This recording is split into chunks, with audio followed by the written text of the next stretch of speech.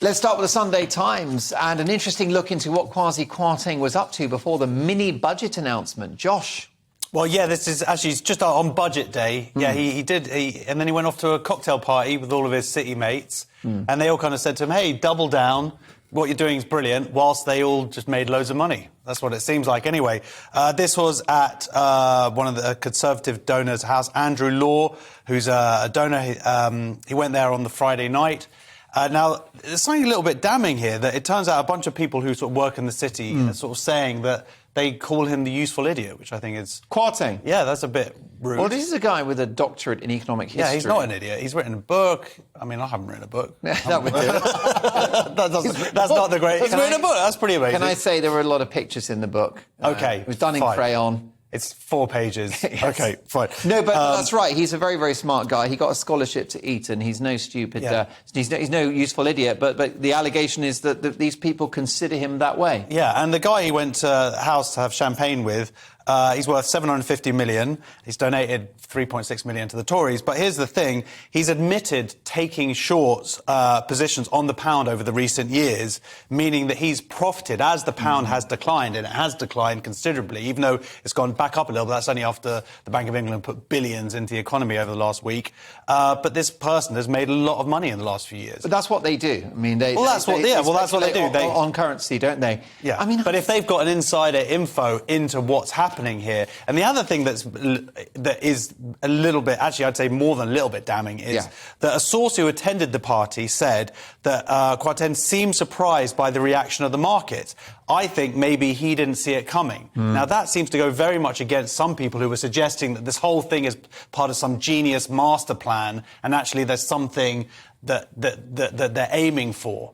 As opposed to the fact that it seems like, it's not part of it. They're aiming for economic growth, but I think the second half of that I would agree with, which is I think that Kwarteng misjudged how the markets would react. There's no way he was going to have that budget thinking the pound will get a hammering and that will be fine. But some people, that's what they seem to be suggesting, was that they wanted the pound to go down because they wanted the well, then this is the other bonkers conspiracy theory, which is that he's going to crash the currency as Chancellor in order to enrich his mates who run hedge funds. That's a little far-fetched. Well, I'm not saying that that's necessarily what's happened, but maybe you could say his mates in the hedge funds are encouraging him to go for this neoliberal policy. But the idea that he would torch his own career to help his rich friends, I think it's just far of the mark. Well, also, they're the ones who are calling him a useful idiot. Well, one person said that, and you can't... Well, he said a bunch of people. Well, the point is that if he wanted to do something nefarious, he would have had the party before he announced the budget and told the people at the party. But he didn't do that. This is the party that he had... But he had dinner with his old boss, who also would is on record saying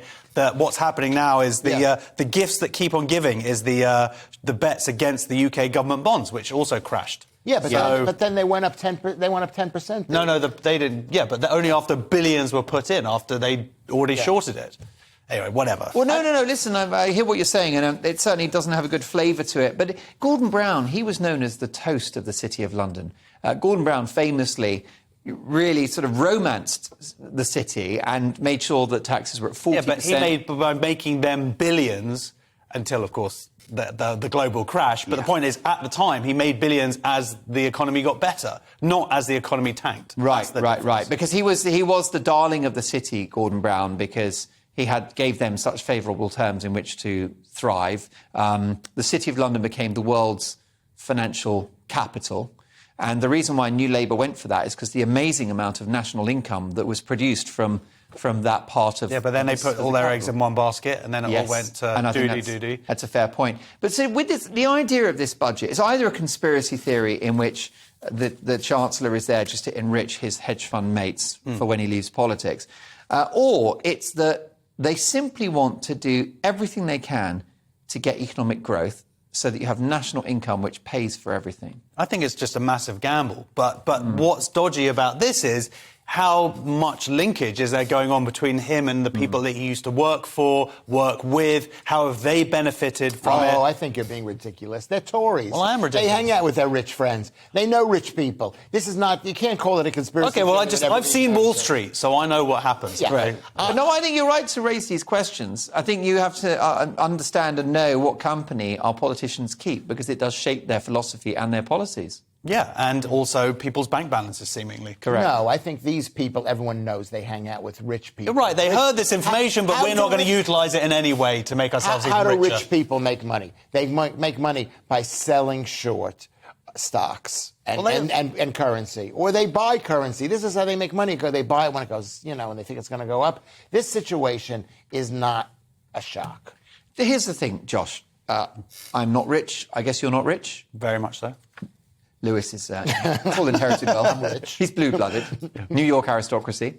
But why do we attack rich people? Why is this tax cut for the wealthiest so unpopular, given that it's the rich people who pay such a disproportionate amount of tax into the Treasury, who go shopping here, who pay VAT on Rolls-Royces and Ferraris, and who invest in this country?